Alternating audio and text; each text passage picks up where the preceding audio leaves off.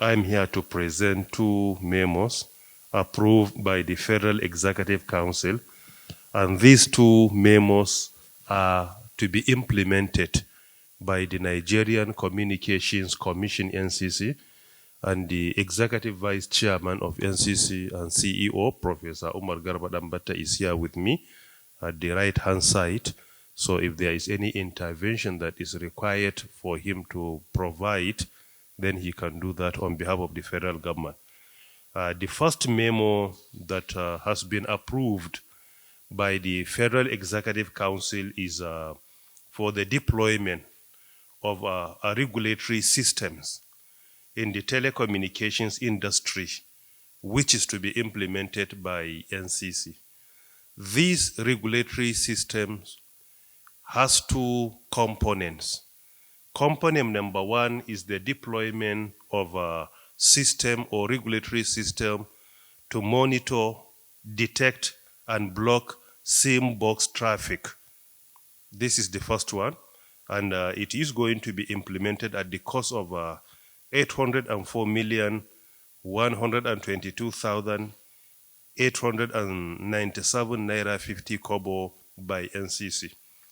This deployment of system to monitor, detect, and block SIM is to fight what we call voice traffic termination fraud. A situation, the two systems, what they will do is to support our country in two major ways, in addition to many others. Number one, it will support the country in addressing challenges of insecurity. Because sometimes you can receive a call. That call, you will see the number on your screen of your smartphone could be a local number, while the one calling you is using international number. So they set up the number as a local number, not international. So even if you report that, you will not be able to identify the personality easily. And the second one, you receive a call and the network will show to you as an unknown number or private number. While it is an important number, it is an important call that you need to investigate further about who actually calls you. And thirdly, is in the area where someone can even clone a number. It is your personal number, but somebody will clone it and make a call with his phone, but bearing your own number, and you are not even aware of it.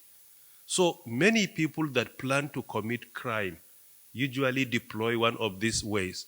And sometimes, if some people want to underpay tax and other government entitlements, they usually support any process that will make an international call to appear as a local call. So in summary, these two systems approved in a single memo will firstly significantly support our security institutions to the extent that any attempt to hide a number or make it unknown or change the number or make an international call to appear as a local call will immediately be addressed by the Nigerian Communications Commission on behalf of the federal government of Nigeria. And Mr. President has directed this system to be deployed, knowing that the security of our country is top priority, as in the Constitution of Nigeria, Section 14, subsection 2, Article B. Knowing that it is the main responsibility of government, he said that we can go to any extent to ensure we sanitize all other sectors so that our security will be enhanced significantly. And the second one in the same memo is the deployment of a regulatory system to monitor, detect, block, and call masking traffic in the telecommunications industry.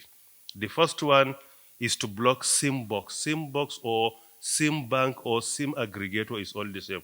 While the second one is to block call masking of the traffic. So they are all forms of frauds that are being committed by criminals or people suspected to be criminals. And the second one is going to be deployed at the price of 1,049,790,713 naira 58 kobo. And secondly, as I said, it will also enhance revenue generation for our government, because any international number you mostly will pay higher tax to government. But if it appears as a local number, government is going to be underpaid significantly.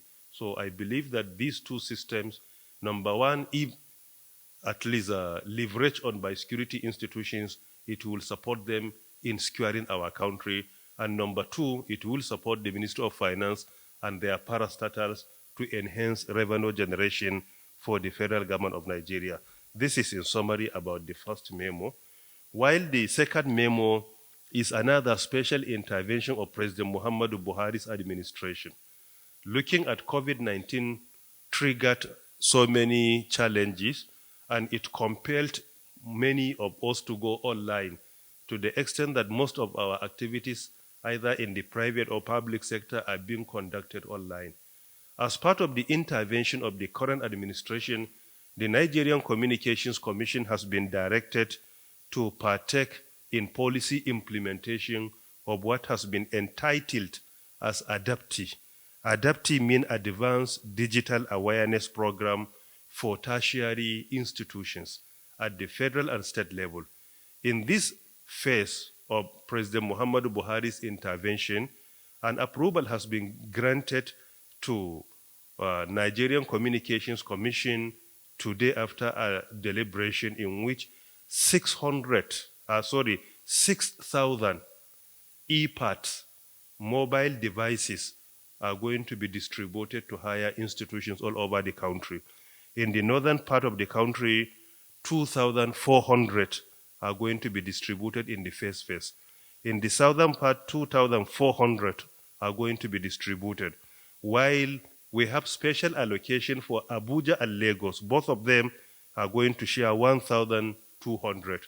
So there are 3 slots. So if you reconcile all, you will discover the total is 6,000 facilities. This is to support social or physical distancing, as the case may be, and also to encourage our institutions, particularly the tertiary ones, to go online and begin to conduct lectures online. Students can submit assignment online.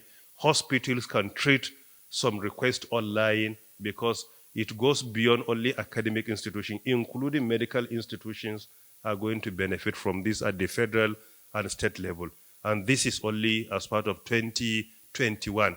It has been approved in the budget since 2021, but the process of the implementation became difficult. And it is part of President Muhammadu Buhari's intervention to make teaching, learning, and other things much, much easier for our citizens. These are the 2 memos. Thank you very much. If there is any question, we can entertain before leaving. On the issue of a local call appearing as an international call, this issue is going to be addressed by the 2 systems to be deployed. It doesn't only address international appearing as local, even local appearing as international, because sometimes numbers are being cloned. So that cloning will also be addressed by this system. So if this system is deployed, even if an international number appears as a local number, which is difficult to happen because the system will block it. The system will block it. And in a situation where it appears, so that number is in the record of NCC, that this is the original caller and this is a real number, contrary to what appears on the screen. But in the first instance, that call will not be allowed to go through. It will completely block it. That is why all the 2 systems are block SIM box, and the second one is about block masking traffic. So they block it completely. While on the second question of around 12 million subscribers of our internet have been lost. Firstly, I want to say that this should be a commendation to the Federal Executive Council under the leadership of President Muhammadu Buhari. Why I said so? I want you to look at it positively, the way it is. Firstly, this administration has prioritized security and safety of our citizens over and above any economic benefit.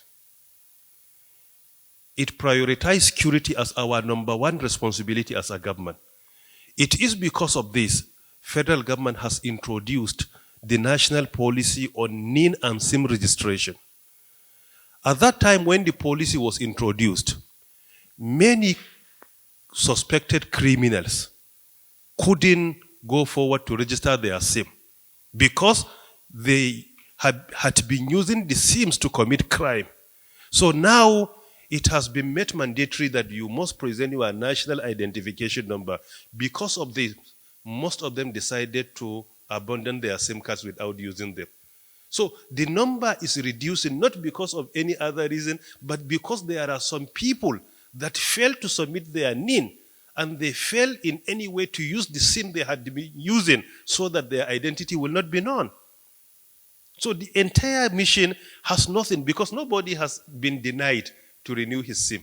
Nobody has been denied to replace his SIM. What is only required is to present your national identification number, come forward and present your biometric. That is only what is required. So if people decided to abandon their SIMs, not to renew, then they should be questionable. So it is because of this, what we have discovered is the introduction of this policy.